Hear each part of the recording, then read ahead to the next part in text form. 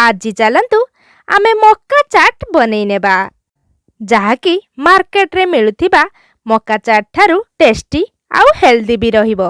अल्प समय मध्यरे आउ खूब कम खर्च रे घरे सबु मेंबर पई प्रस्तुत होई जिवो मक्का चाट। नमस्कार, मिता रसे को आपण मानकु अनेक अनेक स्वागत। तेबे चलंतु देखि नेबा आजिर रेसिपी। मु एठी दुईटी मक्का नेछि। मक्कार चुपा गुड़िक भल भावे छड़े नेबा। आपणक हिसाब रे मक्कार परिमाण कम बेसी करि परिबे।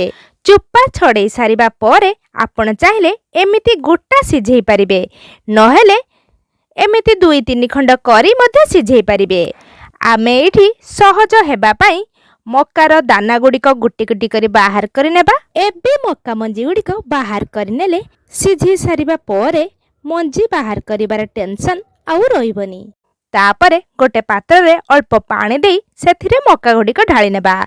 सेथिरे किछि लूण आउ गोटे सुखिला लंका पके सिझेई नेबा।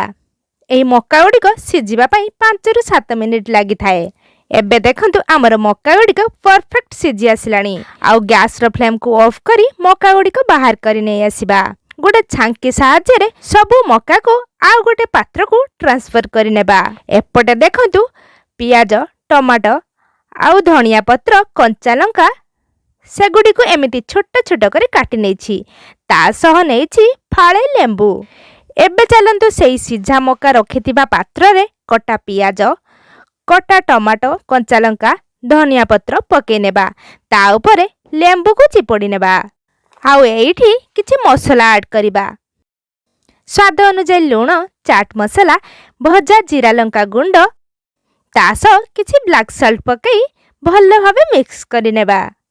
सिझेई रखिथिबा सुखिला लंका को एठी टिके चकटी ता ऊपरे पकई नेबा। लेंबू रस सह सिझा लंका मिसी गले तार टेस्ट पूरा मस्त लागि थाए। तापरे आमे से सब को भल भावे गोलाई नेबा आ गोटे प्लेट को परसी नेबा।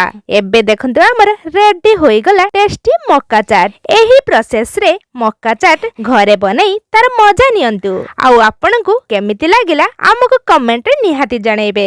रेसिपीटी जदि आपनकु पसंद आसी थाए प्लीज मो चैनल को लाइक, शेयर एंड सब्सक्राइब कर देबे। पुणी देखाबो एक नुआ रेसिपी सहित। से पर्यंत रहिली नमस्कार।